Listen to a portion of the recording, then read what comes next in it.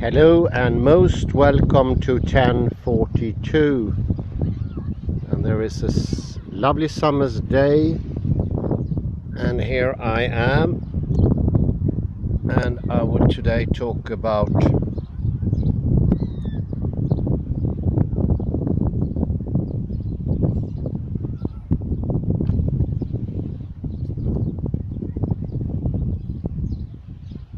how the whole is far more immense than the partitions and the details, and how this difference come into existence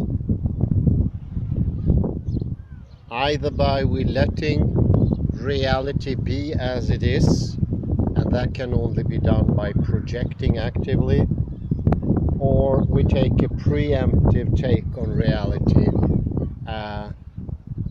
limitation,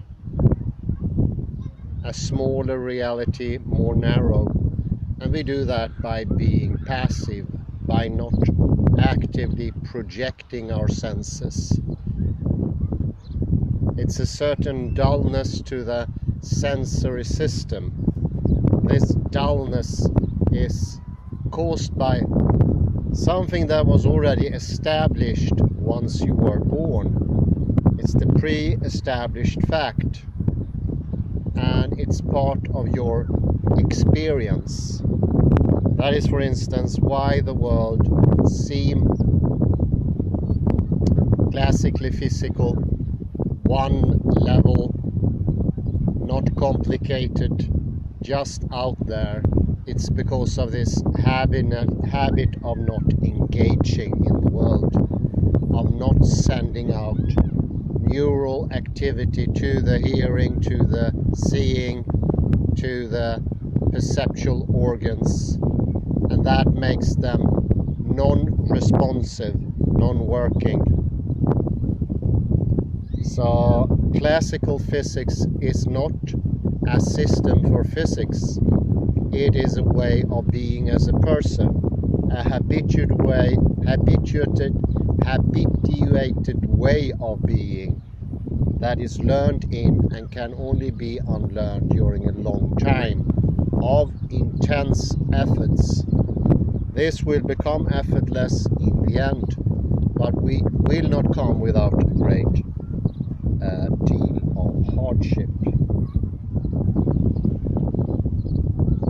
And the preemptive capture, which I call it here, a bit clumsy wording, the limitation of reality that turns it into something less informative, smaller and more limited, as in Limited Incorporated, that mostly mentions John Searle. And that limitation is not in his ideology, it is not in his opinions. He would not be less biased if he changed his opinions. And I think that has been proven clearly in the big investigation at the late 90s, where one observed people who had a high education and how their emotional reaction was to different minority groups, and this was taking place in the United States. It turned out that the highly educated, the ones who made or asserted that they were bias-free, not suffering from prejudice against, for instance, the Afro-American population, those all showed decisive bad experience from exposure, photo and video exposure to Afro-Americans and also other races. This goes to show change of opinion won't change anything. It will rather lead to fossilization, where your original reaction gets covered up. But in the end, it's your perception that will make you act, not your later acquired opinions or highly evaluated opinions. Of course we want to have opinions that are as nice as possible. It's ludicrous to say that people don't want to have highly valued opinions that make them look good, encompassing and non-prejudiced. The change must be in experience itself, and to some extent the experience itself is non-verbal, but the way of leading the mind or the self to that revelation or understanding must of course be verbal. It can't be acquired with movement only, because a realization needs to be made where we sort of loosen up those firmly established patterns for what is real and valuable.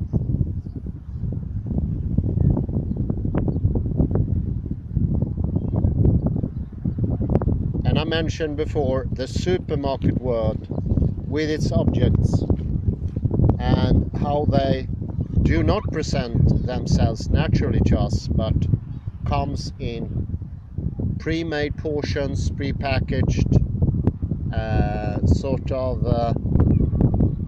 half fabricate, tasteless, odorless, and we consume them. So object is in the Western world since antiquity sort of a consummation, something you consume reality. You observe it and you bring it to yourself. And it is in this an utter passivity, and that's the passivity of not being in the end able to project. So therefore in the beginning, speaking about projecting, it will not really mean anything for the one listening or the one reading. It takes some time until one understands that projecting is a big part of reality. And this, of course, is the point that Martin Heidegger tries to make when he says that we have always already been in the world. It means that our activity level should be there, because we are in the interface with the inner and the outer. This is where the Dasein is. Dasein is not on the inside, Dasein is not on the outside, it is in the very interface. And the mistake of confounding Dasein with what's inner, or confounding it with something that's supposed to be outer, that is the amnesia. And then you sort of put up a picture which makes it's very hard to answer the question why. It's impossible to put and to answer, but also the other questions, what, where, what, or when, so forth, will be diminished. And for every time we ask them, we will have to sort of use our own material. It's a sort of a cannibalism or parasitism, that we use the material, the experience we already have, to understand the new things. Whereas what Martin Heidegger and to some extent Edmund Husserl suggests, and that is that we actively project, we do some activity which is natural since we've already always been in the world. Why would we be passive? Why would we be lying down? Why would we collapse in a sofa or similar? This is taking away reality. It's like saying, I'm a brain in the vat. How I feel has nothing to do with me. Am I tired? How my mind is? Everything connected to me. And also all the qualities of the world. So to say existences, like beings, the ontic take, it's saying they have nothing to do with me. I have no connection to them.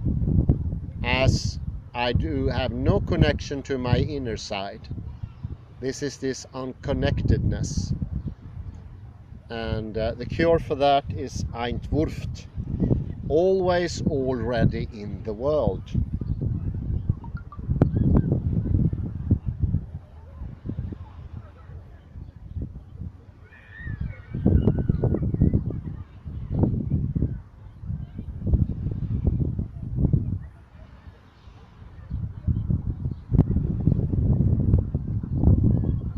So let me put this in example. I mentioned the other day how quantum mechanics got used by the hippie movement in the late 60s, mid-60s until the late 70s. And they put quantum mechanics to be a sort of a metaphysics of presence and said that there could be a new experience, but they remained passive. There were no training methods, there were no exercise to train who you are, which is an absolute necessity. It becomes some sort of ridiculous thing otherwise. Quantum mechanics is the performance of something, whereas you could say, a bit exaggerated, classical physics is the non-performance. That is the hypothesizing. You hypothesize things, you make an ontic take, you create beings in your own fantasy. It's living out a fantasy. Existences is, as Auger bore, and I said that so many times before, existences has nothing to do with a serious physical endeavor to understand the world. They are not wrong even, they are just not serious. They are useless to a certain extent in understanding the world. Creating existences is giving up in a way, not wanting to do the job. Because when I was little, I remember I went into the bathtub. I think I was only 5 or 6, and I remained in the bathtub for quite some short while, and then I took up the plug and all the 60-70 liters of hot water went out into the drain, and in came my father and he said, "What have you done? Why haven't you washed yourself?" And I said, I looked at my body and I saw no brown spots. I didn't see anything dirty, so I let the water out. Of course, to some extent, I believe this. I wasn't lying. But it's also a laziness. And laziness is part of the self, not the ego. The ego said those things. And then we make up intention. But looking at the self, what we really understand, that's the real responsible agent. And somehow we realize with the movement of Heideggerian phenomenology that we are responsible for our world. It's an attitude to say the world is passively out there, and my passivity can help to bring that world into being. And this is what happened in the hippie era. They took in not only quantum mechanics, but this is the time when Eastern philosophies got highly popularized. We had the Beatles, who brought Maharishi Yogi over from India, and we have a lot of philosophers like Chandrakirti and Sai Baba. He was dead by then, but his writings came into the West. They were translated. There was also a huge translation of other yoga literature and the Upanishad, and this is also the time for the Hare Krishna movement. And there was this idea that we could sort of, the assumption, unspoken assumption from the self was, we just have to experience this and be honest, unbiased. And then the problem started. And this idea of unbiased goes hand in hand with passivity. So when we say I am unprejudiced, I'm unbiased, I think that is the flip side of the coin of passivity. This is the idea that you're a subject looking in front of an object, in front of space, and there is an object. And what is demanded from you, your job, is to be absolutely passive, not projecting. Some ludicrously simplified way, it is assumed that by projecting being yourself, putting your energy into reality. You should instead assume your subjectivity to coming from some other planet, not being of this earth, not being of this world. This is the otherworldly experience of people like John Searle and Hilary Pitt Putnam and the whole Western heritage, where we assume that our knowledge is not from ourselves somehow. That mathematical objects can be self-constructed and atoms can be self-constructed. The very questioning, of course, that Auge Bohr did in his famous comment about what springs into action. He would say, no, it doesn't spring into action by itself. You need to be there to do something. You need to do the maths. And it's not serious not wanting to do the job. So it's not a philosophical stance, not wanting to engage in the world. It's a personal moral stance. And I would say it's a moral stance of really low quality. Collapsing in the sofa, collapsing in the bed, not being actively projecting your senses, because it's impossible to project once you collapse. That is the acceptance of the passivity, and it never ever happens in the East. You can live there for decades and never see that happen. It's a Western trait, and it's sure, very clearly, it's indicative of the tendency that you're not part of the world, and you can let your whole body, your emotional system go. You don't partake in it. You are absolutely a bystander, not engaged, not doing anything, not thinking actively. And since you're not thinking actively, your thoughts, your ideas, your speech, your talk will not have an impact on reality. We become defenseless to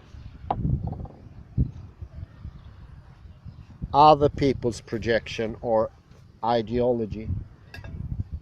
We become uncertain, we become weak, we become long far from knowledge, and in the end we just have a photo of knowledge. And we have to trust others, and I would say that's the state of democracy in the Western Hemisphere. I think it made people absolutely passive. And this is not how the Greek democracy looked like, because people were actively engaged. They did things, they know the ones that they elected. They were only elected for a year. Oddly, we used to have the same system in Sweden with the byalag and the sockenstämma. And that part of reality was conquested, just like Paul Feyerabend would have possibly pointed out, were he ever to visit Sweden. But it was taken away in Sweden. It was eradicated.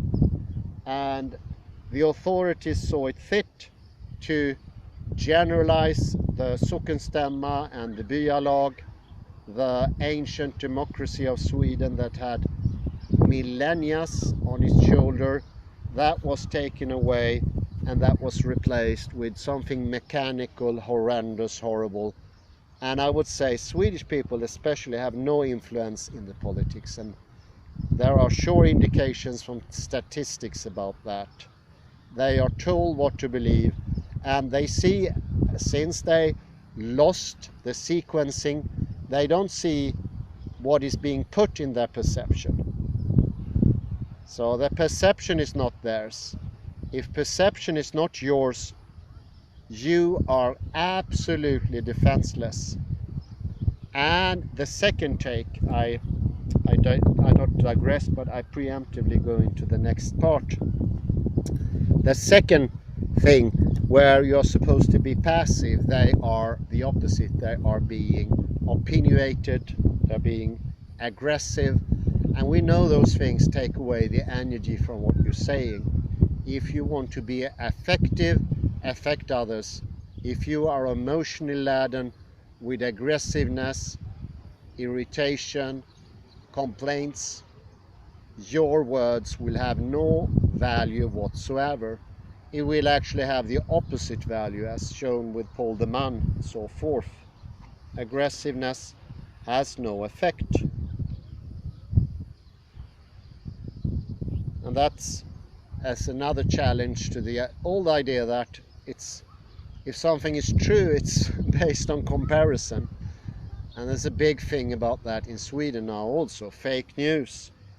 Supposedly you can compare different news and you can say one is less fake and the other is more fake. Well, it doesn't get any more nincompoolish. You're ready for the balmy house. No, we need to actively project. We know that from both the neurological system, our perceptory organs need to be trained, we need to be alert, and a person who's sunken together cannot have sensory perception. He's lost. He is a subject to others' demands of perception. He won't even notice those. He will be a victim for atmospheric changes in a group changes, and that he will perceive in his passivity. And that gives no choice. And since the second leg of the journey, the establishment of the object comes as second, those objects will be pre-prepared by other people, will give you very little freedom.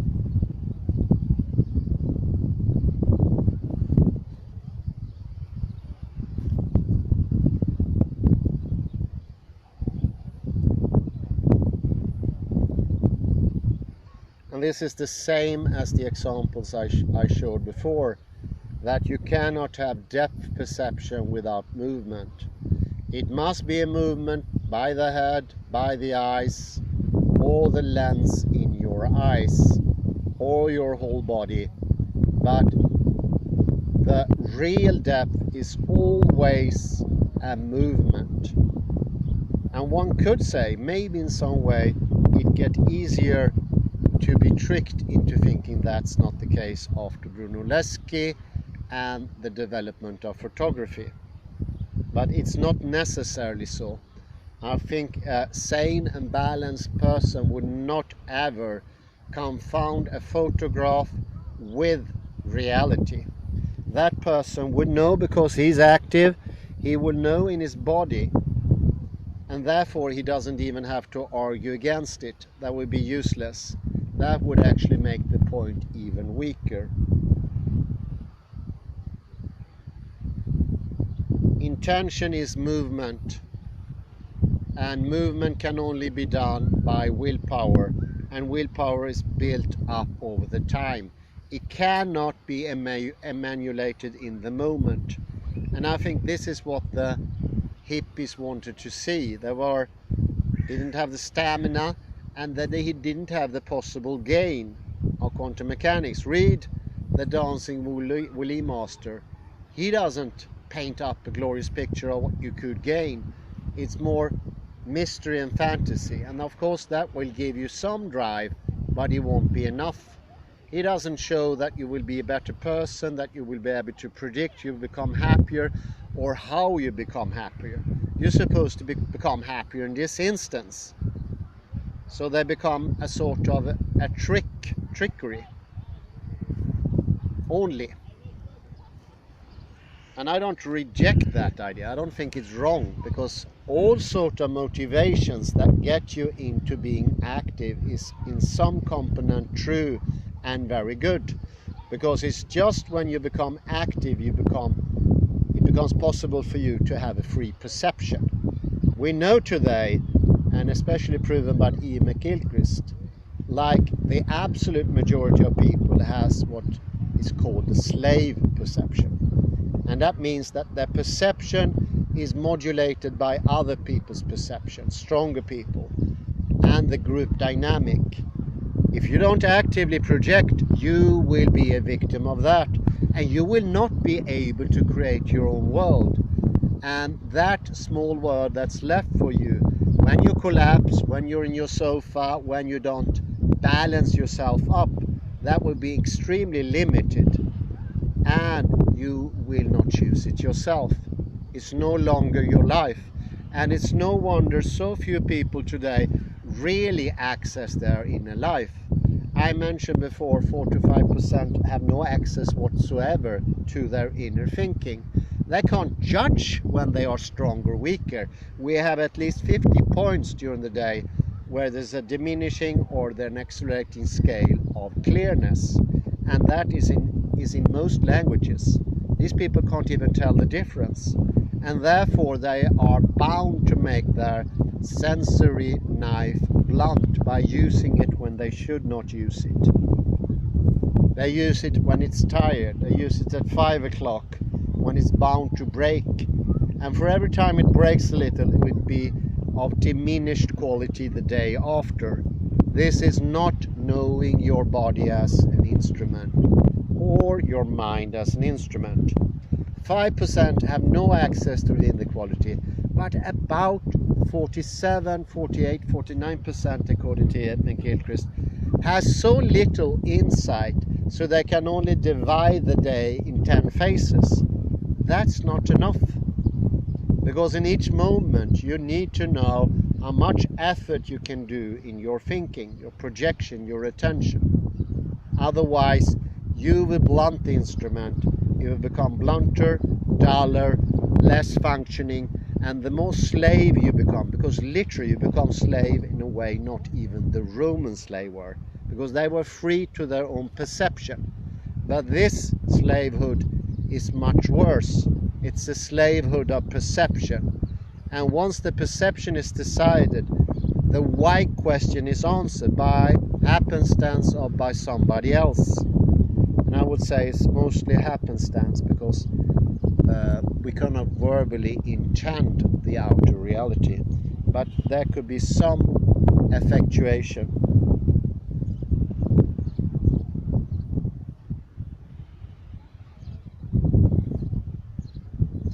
And this is this idea of the unmoving eye looking into the Brunelleschian photo, and you think to yourself, which is absolutely incorrect, the more exposure you have to the photo, the more pixels there will be.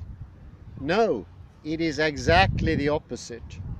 The more you expose any photo, whether it's a silver oxide old photo or it's a pixel-based photo, the more light you expose, the less pixels you will have, the less information it will be in the photo.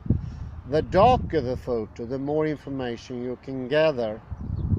And our idea of wanting to have this over brightness at home, above our heads, into our sleeping table when we read, or our tablets or whatever they are deeply connected to that, because this is absolutely literal. You think you see more when you put more light, and you develop a way of seeing which strains the eyes, and it's easily recognizable among Westerners. I was many times recognized in India, even in complete darkness, by them looking at my eyes swiftly, and the sharpness in the gaze told them everything, that I was a Westerner, a Frangi.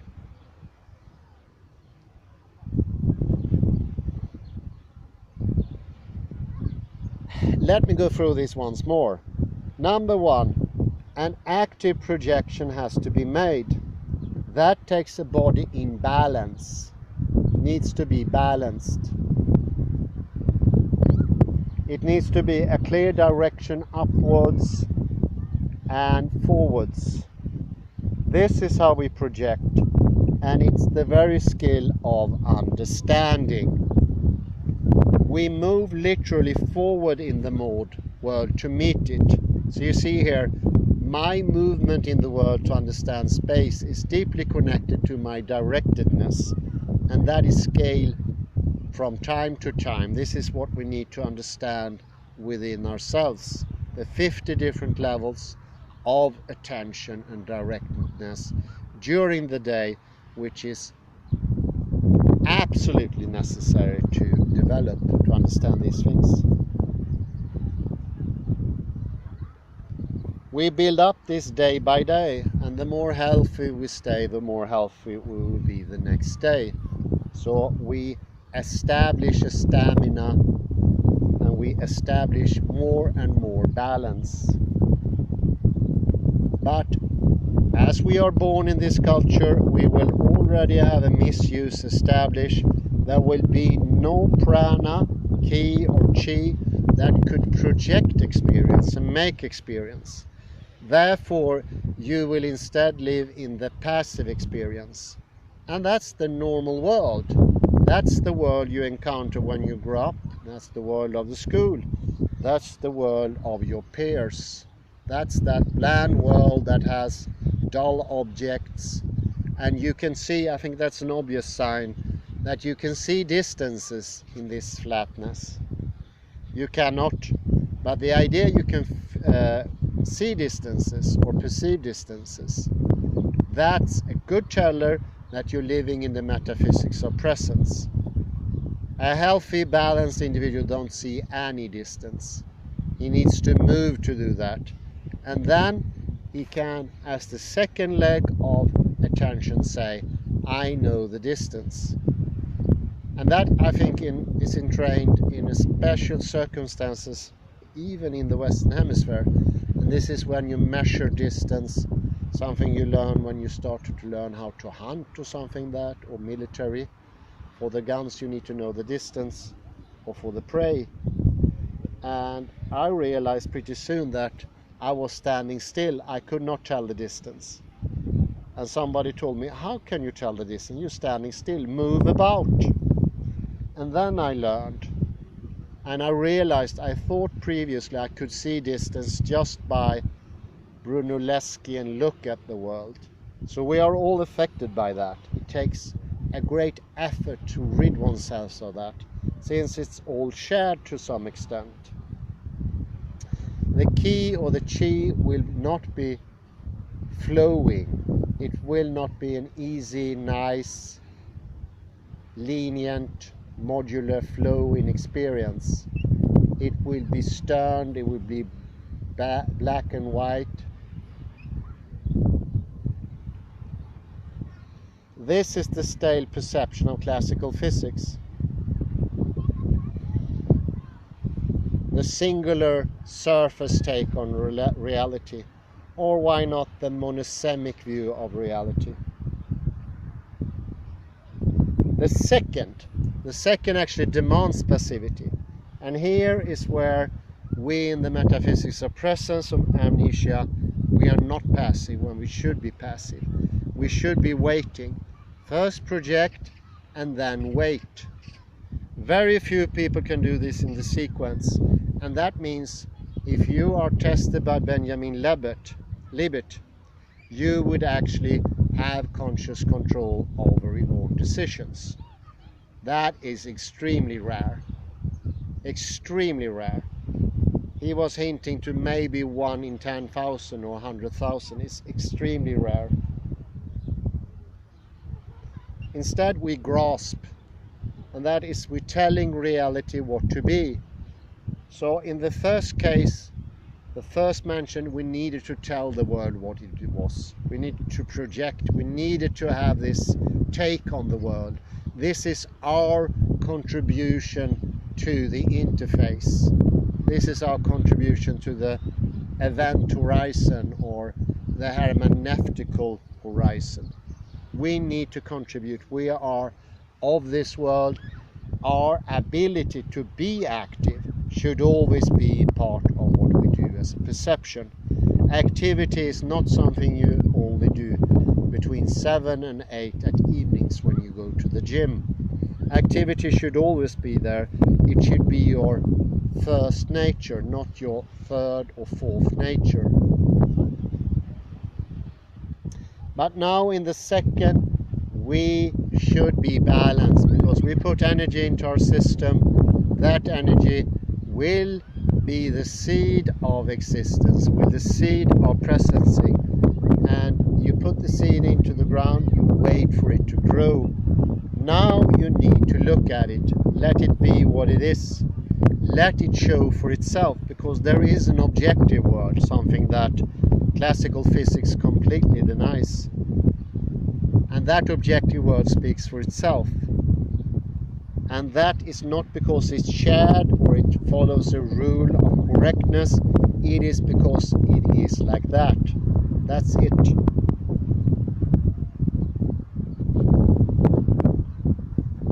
You are in the present and you have established the dorsal and the ventral, which is an enormously important thing of the world. This is the yin and the yang. This is what making up reality, and in the interreading phase, the differences makes it possible to have an experience. This is why I mentioned before, almost everybody confounds complementarity as one plus another. This is exactly how it's not. It's never ever like that. This is the least it is. It's not 1 plus 1. It's not 1 minus 1. Complementarity means that there are two things that are absolutely contradictory, and they together make up the world. And this is something you cannot understand. It's supposed to be understood. Not like that, not like 1 plus 1. If we don't have the tone, we will not reach into reality. You will be the slave. You will be the one who accepts others' waste products as your reality. You will be the media consumer. You will be the understander of politics. You will be the partitioner of democracy. You will play that game, and you will be happy with your incredibly diminished small role you have to play even in your own life. So you give up the control of your own life, your own happiness, for an illusion of controlling others. It's a sort of megalomania as well. But it's of course it's a megalomania that's shared by so many people today that it's almost no one who doesn't sort of suffer from it.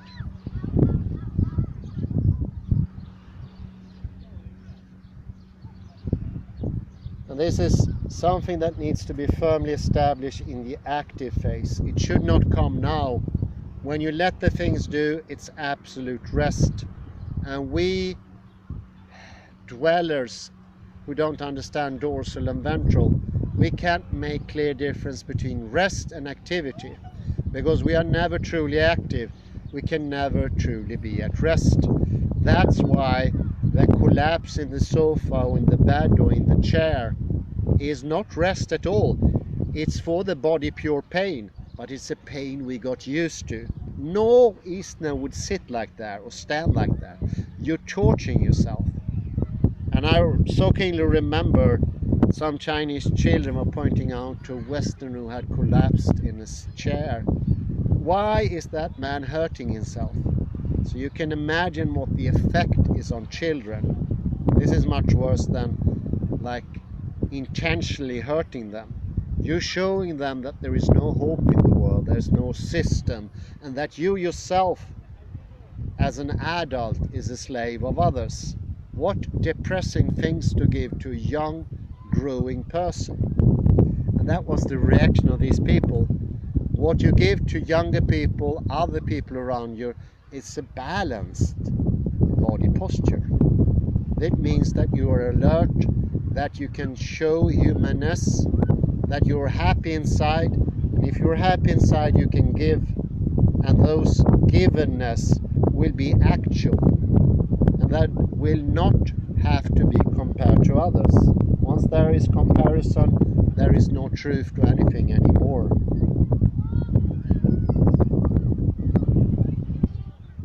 So we are holding on to the hippie movement. Did both mistakes. In the first take, where activity, bias, projection, imagery, really presupposing something actively, really believing that something is in a certain way, the better, the clearer, the more decisive, the better. They went into the opposite direction. No projection at all, and they even deemed it as being bad. Of course they had to deem it as being bad, because they are classical physics, it would be really weird if they didn't deem it to be bad. It's obvious from their experience that the good parts are the bad parts for them, because they are classically physically experienced that. Otherwise they wouldn't do that. I hope that is obvious. So they don't do anything there, and they even blame it, and they convince other people to remain passive, unbiased, unprojected, which is horrible for the perceptual system. It's the worst thing you can do ever. And since you don't speak to reality, there will be very little interface, and little information can come out in the second leg. And here the New Ager or the hippies did the opposite. They could not wait because they hadn't disciplined their systems, they haven't trained. And if you haven't trained and you grew up in the Western Hemisphere, you will have this tendency. Whereas if you grew up in the Eastern Hemisphere, you would train it each day by having an active perception, which is quite different. That's an healthy perception. I would call that even a loving perception, where you don't have the attitude of looking down at the world, not wanting to participate. But in the passive phase, in the second phase, they became conquering, aggressively so, determining, which is obvious going to happen if you haven't trained. And they diminished the object, they didn't have any connection to reality.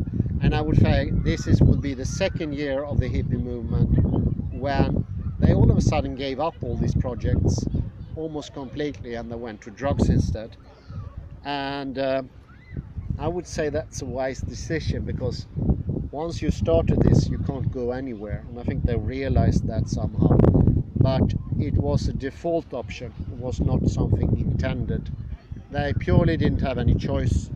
And this is when Tartan Tolko is starting to think about his book series, Time, Space and Knowledge series.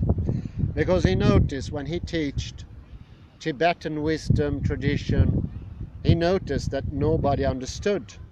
They had already the deaf ears, and they didn't have a choice. There was nothing, as he writes, that they could do to understand me. Nothing. Because it's a habit.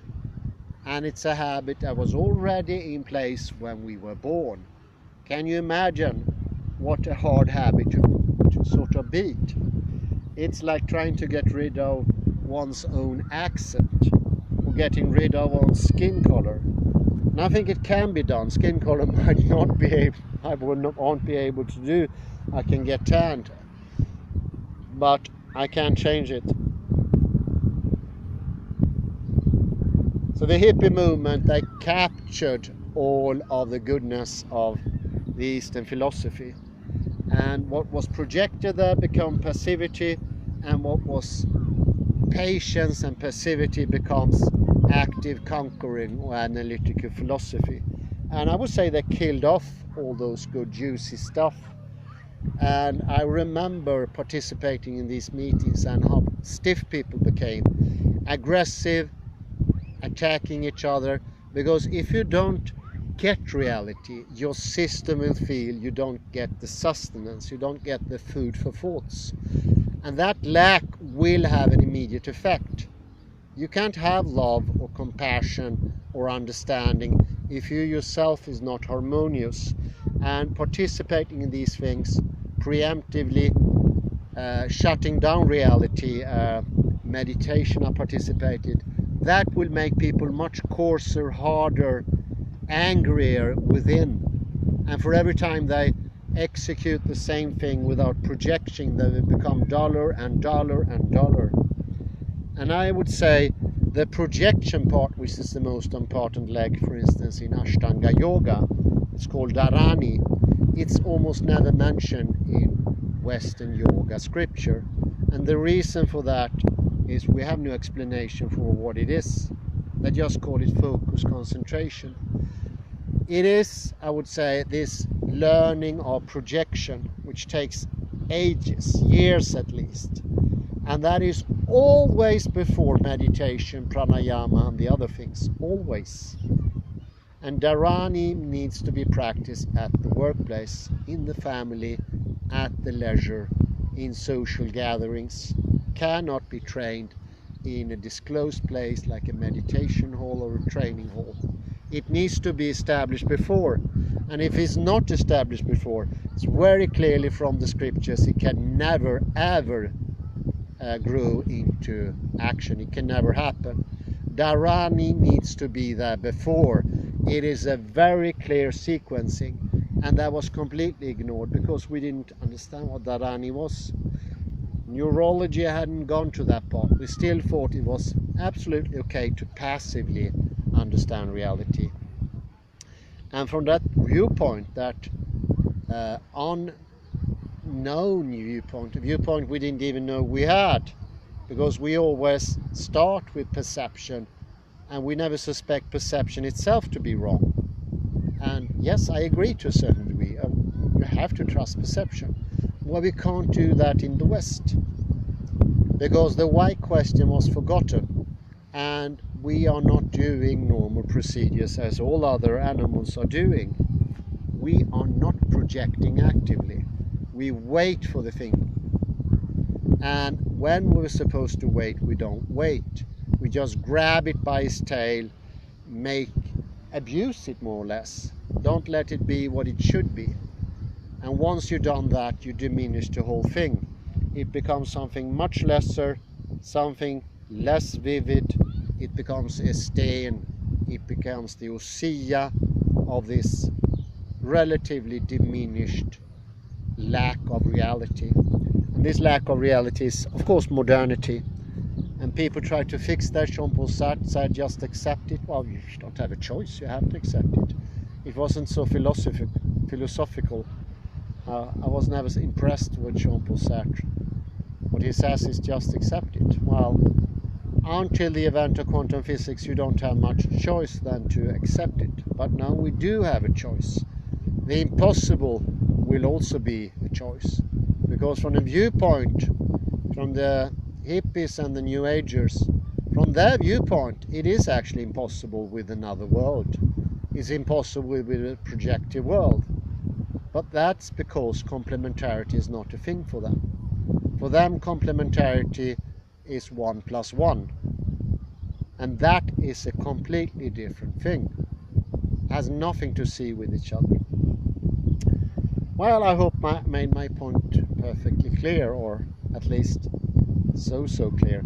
Try to put some link into the end here, and I'll get back to you with more of this scheme. I say thank you very much and have a very pleasant afternoon. Bye bye for now.